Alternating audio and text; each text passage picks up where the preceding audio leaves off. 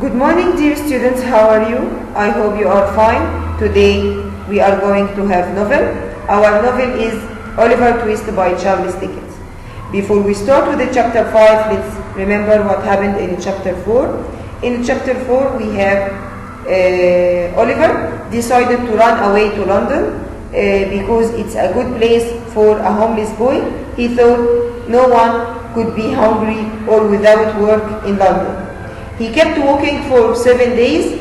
He was hungry and he had only a small piece of bread, and with his only penny he bought some bread, and kind people offered him food and drink on his way.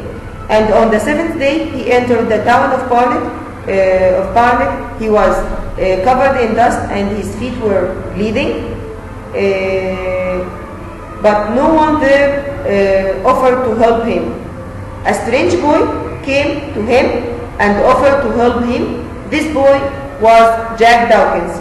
He was about Oliver's age, but he acted like a man, and he wore man clothes. He offered to pay him food and drink, and Oliver told him that he was going to London and that he wanted to sleep in a room on a bed. So Jack told him that he had an old friend there. He is a kind man and he could help him and give him a bed for free without money.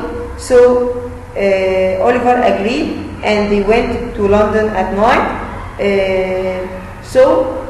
When they entered one of the dirtiest places where this gentleman lived, Oliver was afraid and he decided to run away and leave Jack. But Jack caught his arm hard and pushed him inside a house. Fagin's room was dirty.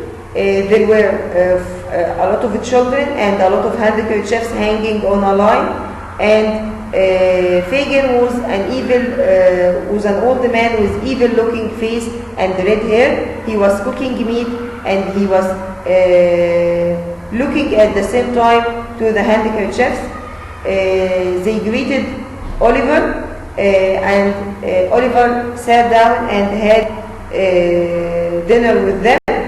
Then he went to sleep immediately. So let's know in chapter 5 what will happen to Oliver at Fagin's house. Will he be safe and happy, or what will happen to him? Now, with the chapter 5, we will know more about Oliver's life at Fagin's house.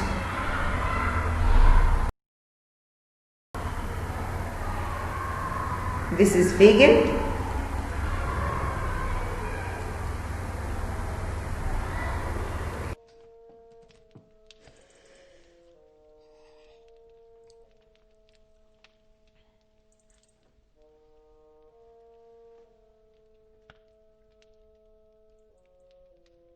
Oliver?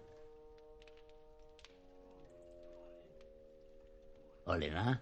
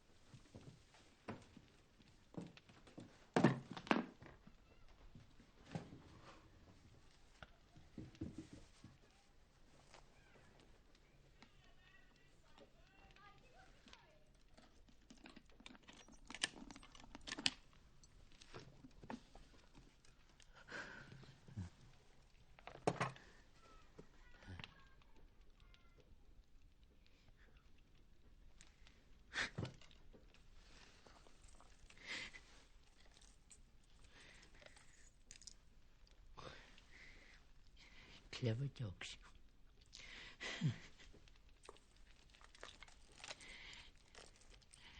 Clever jokes.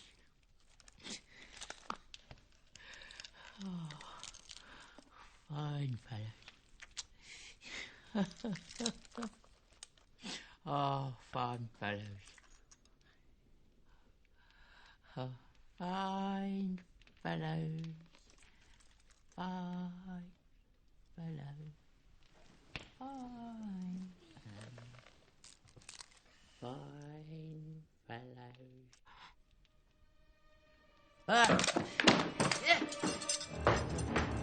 What do you watch me for? Why are you awake? What have you seen? Speak out, boy. Quick. Quicker is your life. I wasn't able to sleep any longer, sir. I'm very sorry I disturbed you. You're not awake a moment ago. No, sir. You sure? Yes, sir. Of course you were asleep, my dear. I know that. Yeah, I tried to find you. You're a brave boy, Oliver. Did you see any of those pretty things, my dear? Yes, sir. Ah, they're mine, Oliver, my little property from my old age. It's our secret. You understand, my dear? Yes, sir. Can I go up now, sir?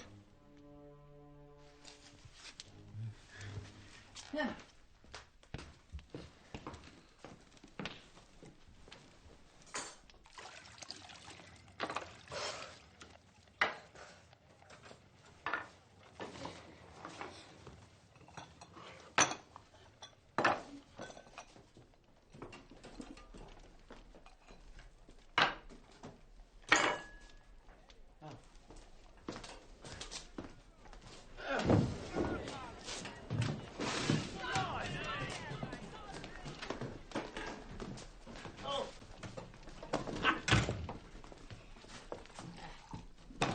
I hope you've been at work this morning, my dears. Ah, there's nails. Good boys. Good boys. What you got, Dodger? Couple of pocketbooks. Oh, lines? Pretty well. Yeah.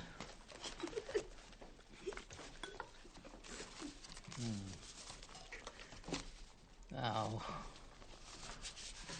George. I don't know, George. Well, not as heavy as they might be, but very neat and nicely made. Ingenious workman, ain't he, Oliver? Indeed, sir. Yeah. And Charlie, what have you got, my dear? Wipes. Wipes? Oh. They're very good ones. Oh, they're very...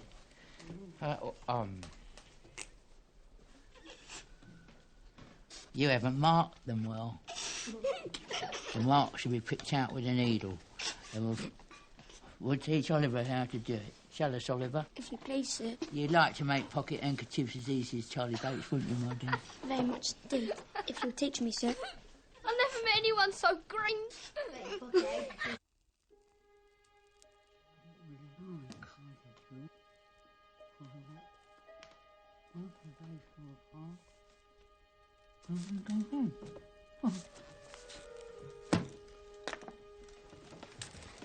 Now then, boys, the game.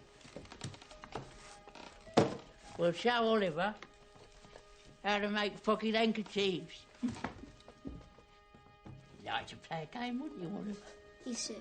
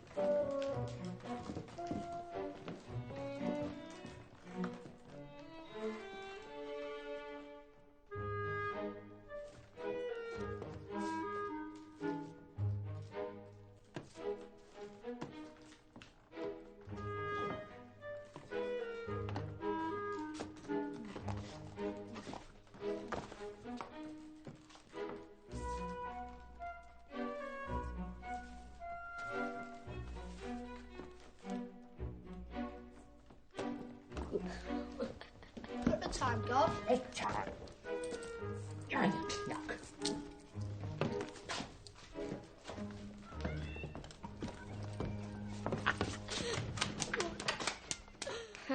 Playing the game, were we, Fagin? Oh, as is our custom, my dear. He's new. Who's he? Oh, this is Oliver. Oliver. These are very good friends, Bet and Nancy. See, Dodger, you want to learn from him? He's got manners, he has. Proper gentleman. Fagin, we popped into that cold inside. As is your custom, my dear. Charlie. Come on, Oliver, join us. Or don't you sit with the common folk. Now, you want to be careful of this lot, Oliver. They're lovely, Picking out the marks, just what we was teaching him, ain't it, Oliver, my dear? Yes, sir. Yes, sir. You know who you're talking to, do you? What's your mother got to say about you being here, Oliver? I haven't got a mother. I'm an orphan. You're in the right company, then. Come on, Oliver, I'll teach you how to play. It's called spec or speculation. 3 cards each, and then when he turns up, it's trumps.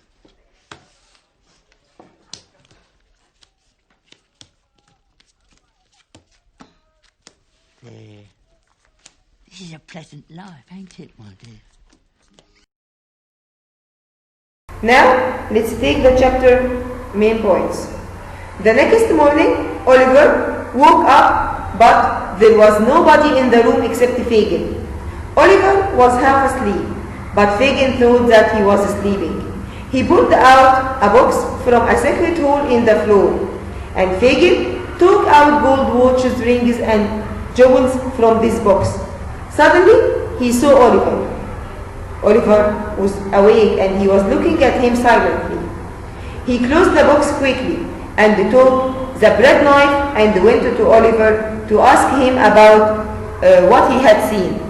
Fagin convinced Oliver that these things were his jewels and that he had nothing else because he was an old man.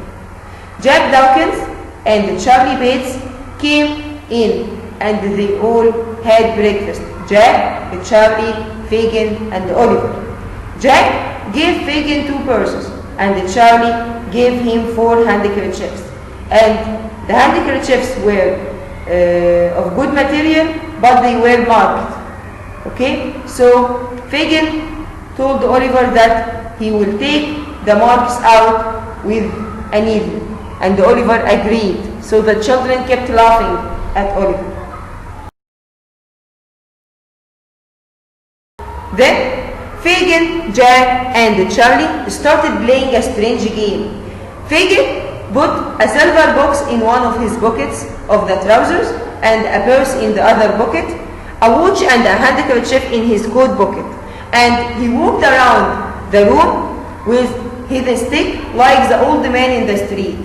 And he stopped looking at the shop windows as if he was looking at the shop windows like men in the street. The 2 boys, Jack and Charlie, kept following him, trying to take the objects in his pockets. But if the old man felt their hands in his pocket, he cried out, and the play started again. And all that time, Oliver laughed a lot. After they played the game for a long time, we had newcomers, Bet and Nancy, came to see Jack and Charlie after that, and Fagin gave them the money, and they all 4 went out. Now we have Fagin and Oliver alone at home. Oliver stayed home with Fagin, and then he played the game with Fagin's pocket. Fagin was very happy when Oliver took out his handkerchief from his pocket, and Fagin didn't feel him. Fagin showed Oliver after that how to take out the marks from the handkerchiefs with the needle. Okay, that's what happened in chapter 5. Now, questions. What was Fagin doing the next morning, and how did he explain that to Oliver? Fagin thought that Oliver was asleep, so he locked the door and pulled out a box from the secret hole in the floor. He put it on the table, and then he took the gold watches and rings and jewels from the box and looked at them with pleasure. He frightened Oliver with the bread knife and explained that these things were his, and he was an old man and had nothing except these things. How was Fagin trying to teach Oliver stealing? Fagin let Oliver see the other boys as they were playing a game. After that, he had asked Oliver to imitate, to copy them, taking his handkerchief from his pocket without letting him feel like Jack and Charlie. Who were the two women in Fagin's gang? They were Beth and Nancy. What was the game they played? Fagin put the silver box in one pocket of his trousers and a purse in the other pocket, and the watch and a handkerchief in the coat pocket, and he walked around the room with a stick like an old man in the street, looking at the shop windows. And the two boys followed Fagin, trying to take these objects in his pockets. If the old man felt their hands in his pocket, he cried out, and they played the game again and again. And all that time, Oliver was laughing. Now, that's all for chapter 5. Thank you for your listening.